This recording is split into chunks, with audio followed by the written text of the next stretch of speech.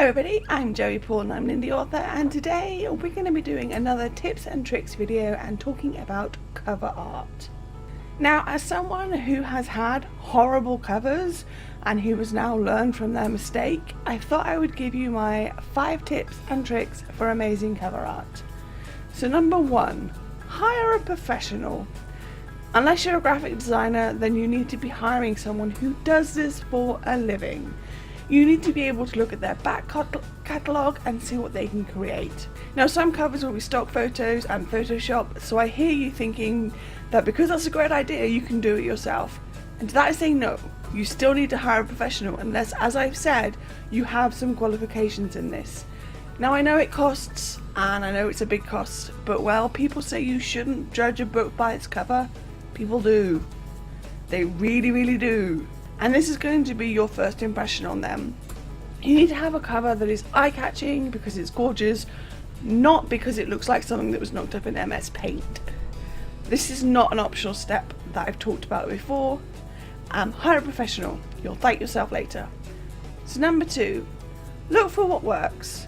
Now, it's not just a case of going to the cover designer and saying, make me a cover. You need to have some idea of what you want for this cover, and that means research.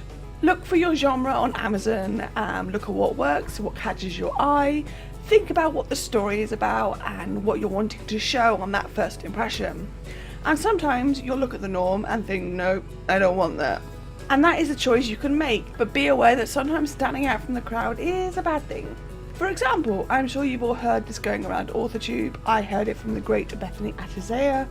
But if you have a cover that looks fantasy and isn't, then readers aren't going to be happy about that. I think the story itself was a historical fiction or erotica or something, but it had a very fantasy-esque cover and it appeared to readers as that.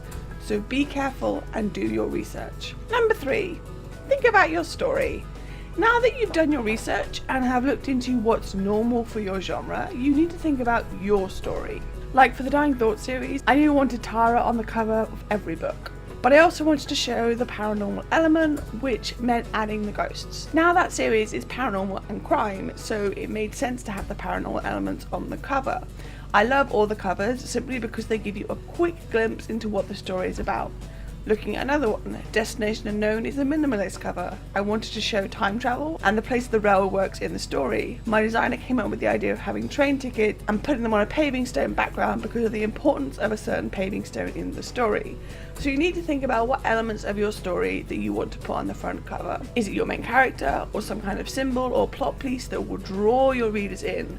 You can discuss this with your artists and see what they come up with. Which leads to number 4, plan ahead. Cover designers aren't cheap. You'll need to save up, or if not, then have a budget for them. When looking for someone, you'll want to, as I said, do your research. You need to choose someone who is going to meet your needs and also has the skills to pull it off. Don't be afraid to check out more than one, and don't just go with the first one that comes up on Google. This is your book, baby, and you want that amazing cover, so do the hard work and plan ahead. Be ready to narrow down your choices and don't leave everything to the last minute. Otherwise, that's going to cost you time and money.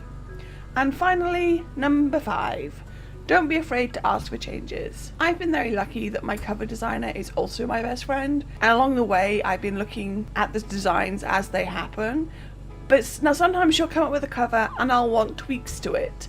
It's something artists and designers are used to, so don't be afraid to ask for changes, especially during those early first stages.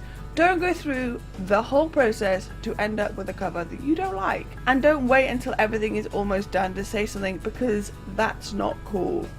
The idea of covers is to attract readers, yes, but it's also because it's going to be part of your brand. This cover will be everywhere you do promotion, and if you hate it, say something before it gets to that point. You and your designer want the best cover for your story, so speak up if you have problems and get the best cover that you can. So those are my 5 tips for cover designing and cover art. I personally have been down the road where I've had really bad covers and not done anything about them until I then realised that they were really bad. This hurt me early in my career and I don't want people to go down the same road. So I'm telling you, get a professional to do it. You will thank me later. So that's all I have time for today. If you want to support my channel, you can comment or subscribe. I post new videos on Thursdays.